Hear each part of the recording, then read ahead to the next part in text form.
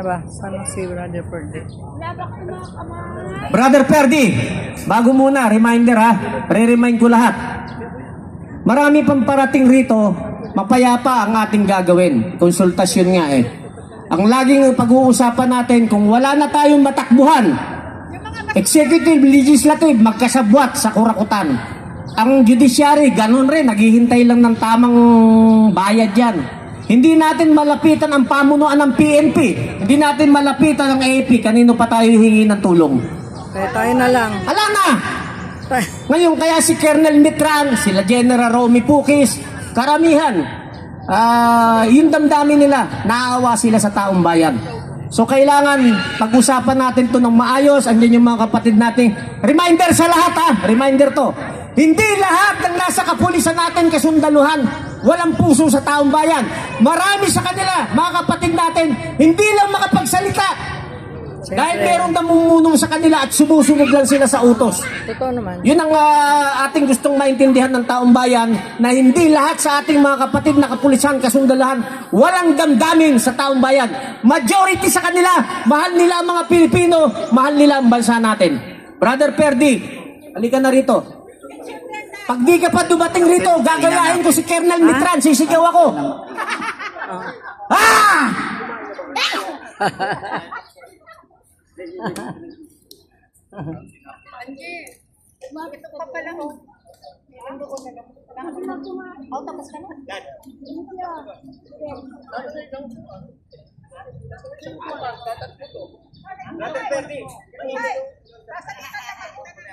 Mainit, mainit.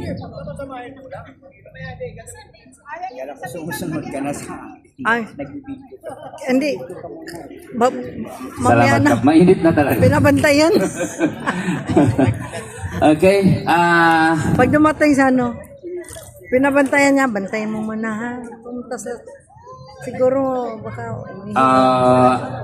mapagpalang araw po sa ating lahat.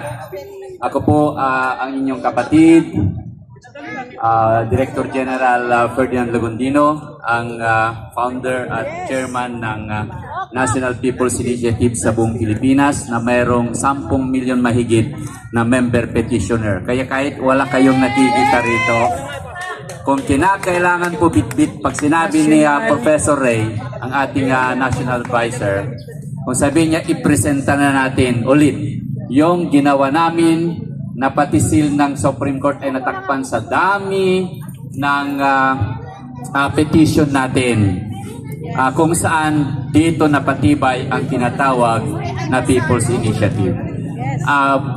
Maalala ko yung sinabi ni General Metran kanina, no po? Okay. Pero bago ang lahat, kami po nagpapasalamat sa ating IA administration.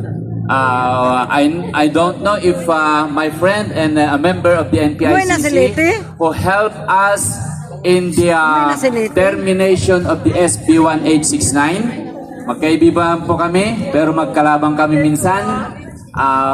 Ma'am, Attorney Joan Padilla, palakpakan po natin, isa sa administrator ng, yan po yung katapat natin sa Intramuros Administration. Kilala niyo po ako. Kilala niya po ako.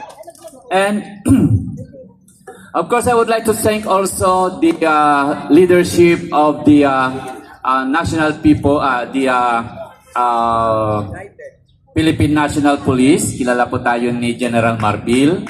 Nagpapasalamat po ako, sir, at sinecure mo ako noong humarap din tayo. Sabi ni General Metran kanina, there are 17 of them who face the 400 enemies during his time.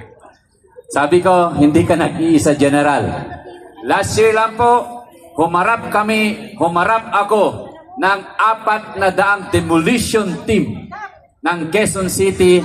Mag-isa lang po ako, kasama ko si Ma'am Precious at mga elders ng Barangay 5 Silangan. Hindi po kami natakot, hinarap ang mga demolition team ng Quezon City. Ganyan po katibay ang People's Initiative po natin. Hindi po natatakot. Basta ito'y para sa ikabubuti ng karamihan. But anyway, ang NPICC po ay Bagamat sa mga panahon na ako'y matapang pa sa labanan. Okay, thank you. Wala na po yung mga vloggers. Maraming salamat. Kung ako magsasalita, maraming salamat at hindi nyo na tinututok yung cellphone ninyo. Gusto ko yan. Kasi kami po ay nasa ilalim lamang po kami. Malinis po kaming trabaho, hindi po namin hanggang Ngayon masumikat. lang yan, walang bitbit Basta kami po, ang trabaho po Alala mo namin yan, ay laging may ano yan. tinatawag Alam. na prosecutor ng bayan. Kami po yung tagapamagitan. Ngayon lang siya, hindi kami stress. po yung Ngayon lang siya, hindi stress. pro-provoke Sa mga bitbit. ng gulo, mainit na ngayong sitwasyon, tapos i-pro-provoke pa natin. Alis ka na? Hindi po yun ang katuruan Okay. ng People's Initiative. Mamaya, alamin natin kung bakit napakahalaga ang People's Initiative, kung bakit naitayo ang United People's Initiative. At sinasaluduhan ko po ang ating mga general, General TN Trio and Group, Atty. Glenn Chong, and especially the lead organizer of the United People's Initiative, Hangin. Retired General Romeo Pokis, palakpakan po natin. At naintindihan po nila at niyakap po nila ang idea ng People's Initiative na sinimulan natin 2019 pa po. Kung maalala po at maalala ni Chairman Garcia, at kami po, Chairman Garcia, Atty. Garcia, saludo po kami sa inyo at alam namin na pariringgan nyo ang taong bayan. Kasi ang People's Initiative po, yan po yung voluntaryong action ng taong bayan. Yan po yung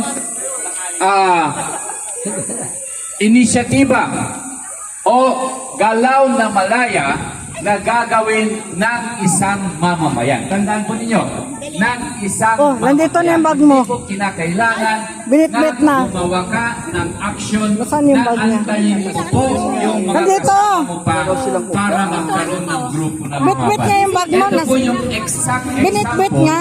ng isang People's Initiative. Binitbit Okay, para alam ninyo kung saan po kayo Naghahanap magmumula. kami. Parang isang lumaban sa boxing na kailangan mag-prepare po kayo. Kailangan nakahanda po kayo Sige lang. na dumipensa, hindi lang po yung